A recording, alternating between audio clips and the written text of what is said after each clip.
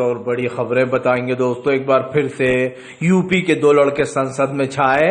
राहुल और अखिलेश ने मोदी के खिलाफ खोला मोर्चा, कहा कॉपी पेस्ट वाला बजट। आखिरकार क्यों दोस्तों प्रधानमंत्री नरेंद्र मोदी के खिलाफ जंतर मंतर पहुंचे।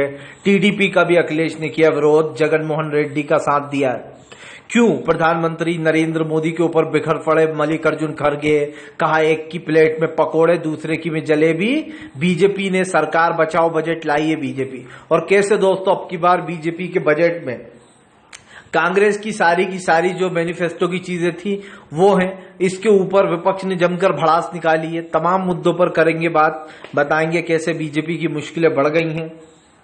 लेकिन उससे पहले अगर आपने अब तक हमारे चैनल को सब्सक्राइब नहीं किया है कर लीजिए, पास में एक घंटी आएगी इसको भी दबाइए ताकि हर वीडियो की अपडेट आपको मिल पाए। दरअसल दोस्तों आपको बताते चले, एक बार संसद में फिर से छाए राहुल और अखिलेश और राहुल की जोड़ी ने फिर से बीजेपी को लपेटा। राहुल गांधी ने इस तमाम पूरे बजट को जो है बीजेपी का सरकार बचाओ बजट बता दिया है। राहुल गांधी ने कहा कि फिलहाल अपनी सरकार को सुरक्षित करने के लिए सिर्फ बिहार और आंध्र प्रदेश को दोस्तों स्पेशल पैकेज दिया जा रहा है, लेकिन बाकी जितने भी राज्य हैं, चाहे वो महाराष्ट्र हो, राजस्थान हो, तमिलनाडु हो, हरियाणा हो, पंजाब हो, दिल्ली हो, मुंबई हो, तमाम राज्यों में दोस्तों, मध्य प्रदेश हो, किसी भी राज्य को कुछ नहीं दिया जा रहा, सिर्फ दोस्तों बिहार और जो है यहाँ पर आंध्र प्रदेश को। क्यों? क्योंकि एक जगह दोस्तों टीडीपी के जाहिर सी बात है वो है दोस्तों नायडू, और दूसरी तरफ जो है वो नीतीश कुमार है। अब अगर इन दोनों को खुश नहीं करेंगे तो सरकार तो 2 दिन में गिर जाएगी। तो ये बजट जो है बेसिकली राहुल ने कहा ये नीतीश और नायडू का बजट है, ये एक तरीके से गठबंधन का बजट है दोस्तों, देश का बजट है ही नहीं। नरेंद्र मोदी अपनी सरकार बचाने के लिए देश का पैसा लुटा रहे हैं दोस्तों, और कहां लुटा रहे हैं ये आपको बताने की जरूरत नहीं है।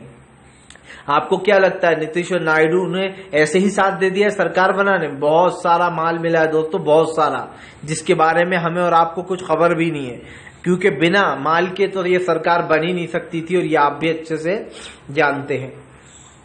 आपको बताते चले दोस्तों प्रधानमंत्री नरेंद्र मोदी के ऊपर जमकर भड़कते हुए नजर आए दोस्तों मल्लिकार्जुन खड़गे बोले एक की प्लेट में जलेबी दूसरे की में पकोड़े। बीजेपी साफ कह दे कि ये बजट हमारा नहीं बल्कि नीतीश और नायडू का है, आम जनता का नहीं। दोस्तों आप याद कीजिए, जब बजट आने वाला होता है तो आम जनता की नजरें सिर्फ बजट पर होती हैं, लेकिन सरकार की नजरें दोस्तों बजट से पहले पता है कहाँ रहती हैं? हिंदू मुसलमान, नेम प्लेट, इधर उधर, ताकि दोस्तों लोगों में पहले फूट डाल दें और जब बजट आए तो लोग दूसरी जगह उलझे रहे, बजट पे उंगली ही नहीं उठाएं। खैर ये धर्म वाली चीजें तो बीजेपी करती रहती है, इसमें कोई दो राय है नहीं। लेकिन जो बजट आया है उस पर मल्लिकार्जुन खड़गे जब संसद में जमकर गरजे। खड़गे ने कहा कि फिलहाल सरकार एक बात बताए, ये बजट बिहार और आंध्र प्रदेश का था या पूरे देश का था? मल्लिकार्जुन खड़गे ने कहा कि राजस्थान से लेकर तो महाराष्ट्र तक, महाराष्ट्र से लेकर दिल्ली तक, हरियाणा से लेकर पंजाब तक, और दोस्तों तमिलनाडु से लेकर कर्नाटक तक किसी भी राज्य को कुछ नहीं दिया गया। सबसे बड़ी बात, जहां अभी बीजेपी उत्तर प्रदेश हार गई, उत्तर प्रदेश को भी दोस्तों कोई स्पेशल पैकेज नहीं मिला। मैं सिर्फ इतना ही कहना चाहूंगा दोस्तों कि नरेंद्र मोदी को प्रधानमंत्री बनाने वाले लोग खुद के लिए तो खड्डा खोद ही रहे, लेकिन बेचारी मासूम जनता का भी नुकसान करवा रहे हैं। इस जनता ने तो नरेंद्र मोदी को हरा दिया, उन्हें वोट नहीं मिला, लेकिन नीतीश और नायडू के बल पर दोस्तों मोदी ने सरकार बना ली। देखिए देश तो यही चाहता है कि नरेंद्र मोदी इस देश के प्रधानमंत्री ना हो, और उस देश का एक नागरिक मैं भी हूं। मुझे नरेंद्र मोदी को देखना कतई मंजूर नहीं है दोस्तों। जब भी मैं नरेंद्र मोदी को देखता हूं तो मुझे उनकी वही भाषा याद आती है, या तो वो हिंदू मुसलमान करते हैं, या फिर भैंस करते हैं, बकरी करते हैं, मछली करते हैं, इसके अलावा उनका और कोई रोल नहीं है देश में, या फिर विदेश घूमने भाग जाते हैं। तो आप समझिए, इस देश का प्रधानमंत्री जब देश पर मुसीबत आती है तो ना किसी के मैटर में बोलते हैं, ना कहीं हमें दिखाई देते हैं। मणिपुर में दोस्तों 3 महीने से भी ज्यादा हिंसा होते हुए हो गया, वहां पर 2 महिलाओं को नंगा घुमाया गया, निर्वस्त्र घुमाया गया, लेकिन दोस्तों उसके बाद भी प्रधानमंत्री नरेंद्र मोदी वहां पर नहीं पहुंचे। राहुल गांधी 2 बार मणिपुर जा चुके हैं। इस देश के प्रधानमंत्री, इस देश में जवान शहीद हो रहे हैं, लेकिन अग्निवीर योजना को खत्म नहीं किया जा रहा। अभी नीतीश कुमार कुछ दिन पहले ज्यादा ही होशियार बन रहे थे और कह रहे थे हम अग्निवीर योजना को खत्म करवाएंगे, लेकिन अब क्या हुआ दोस्तों? यही नहीं, 2007 से चिल्ला रहे हैं कि हम बिहार को विशेष राज्य का दर्जा देंगे, अब क्यों नहीं दिलवा रहा है? तो इनकी साफ दिखाई दे रही है डबल ढोलकी वाली स्कीम। आपको बता दें चले दोस्तों, जगन मोहन रेड्डी का साथ देने जंतर मंतर पर पहुंचे थे अखिलेश यादव। जगन मोहन रेड्डी का साथ दिया दोस्तों, लेकिन जगन मोहन रेड्डी को शर्म आनी चाहिए दोस्तों, क्योंकि जगन मोहन रेड्डी के ऊपर जब आज खुद बीत रही है तो जगन मोहन रेड्डी दोस्तों धरने पर बैठ गए। लेकिन ये वही जगन मोहन रेड्डी है दोस्तों जो लगातार बीजेपी का साथ दे रहा था, लगातार बीजेपी को जो है यहाँ पर सपोर्ट करता था हर बिल में।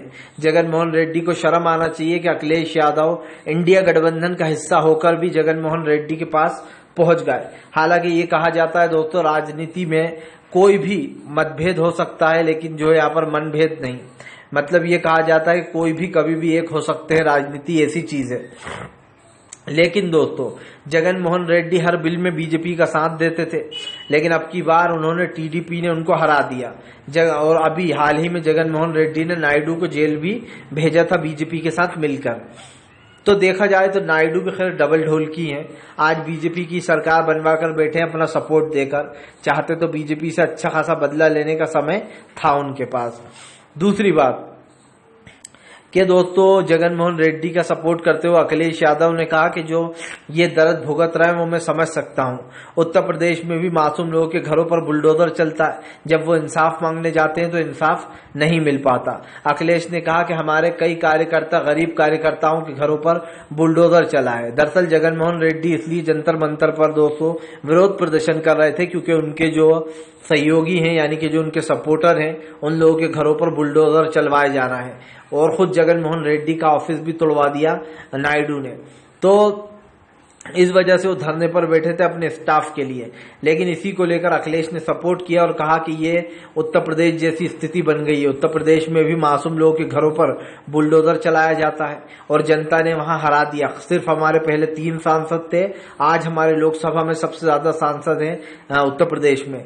यही नहीं, अखिलेश यादव ने बीजेपी को लपेटे में लेते हुए कहा कि भारतीय जनता पार्टी को लगता है कि लोगों को घर गिरा दो, जनता वोट देगी उन्हें खुश होकर। जनता ने बता दिया कि हम देश में भाईचारा चाहते हैं, प्यार मोहब्बत चाहते हैं। अखिलेश ने नेम प्लेट वाले कानून का भी जिक्र करते हुए कहा कि इनको इनकी सही जगह पता चल गई, कैसे जनता ने उसे भी नकार दिया इनके नेम प्लेट वाले आइडिया को, जहां पर ये हिंदू मुस्लिम फैला रहे थे।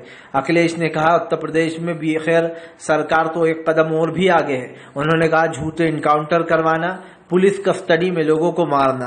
अब आप समझ रहे हैं दोस्तों, अखिलेश ने कहा निशाना साधा है। अखिलेश का जिक्र अतीक और अशरफ की तरफ था, क्योंकि पुलिस कस्टडी में उन दोनों को मरवा दिया गया और ये साफ था कि उनको दोस्तों मरवाया गया है, वो खुद नहीं मरे हैं, उन लड़कों ने किसी कहने पर मारा है। और ये कौन है वो आप अच्छे से जानते हैं, मुझे नाम लेने की जरूरत नहीं है। लेकिन ये चीज साफ दिखाई दे रही है और इसी को अखिलेश ने बिना नाम लिए निशाना साध दिया और कह दिया कि उत्तर प्रदेश की सरकार ये सब कुछ चीजें करती है। आपको बताते चले दोस्तों, फिलहाल भारतीय जनता पार्टी की पड़ने वाली है मुश्किल है दोस्तों। इस बार लोकसभा उपचुनाव की 10 सीटों पर इंडिया गठबंधन की नजर, इस पर भी होने वाला है खेल। दरअसल दोस्तों, भारतीय जनता पार्टी अब उत्तर प्रदेश की 10 सीटों पर उसकी नजर है। आपको बताते चले उपचुनाव होने वाले हैं और ऐसे में उपचुनाव में कौन ये सीटें जीतेगा, ये सबसे बड़ा रोल है। लेकिन उससे भी बड़ा रोल ये है दोस्तों कि भारतीय जनता पार्टी को रोकने के लिए अखिलेश और राहुल का महाबली प्लान तैयार हो गया। इस बार उत्तर प्रदेश की 10 सीटों पर हो रहा उपचुनाव में भी दोस्तों इंडिया गठबंधन बाजी मारने वाला है। आपको बताते चलें, भारतीय जनता पार्टी को किसी भी हाल में छोड़ना नहीं चाहता है इंडिया गठबंधन, क्योंकि इंडिया गठबंधन को पता है कि फिर से एक बार अगर ये मजबूत हुए तो ये फिर बुलडोजर चलाएंगे और जनता इन्हें वोट देने वाली है नहीं। जनता को एक चीज अच्छे से समझ में आ गई है कि ये लोग जब तक ही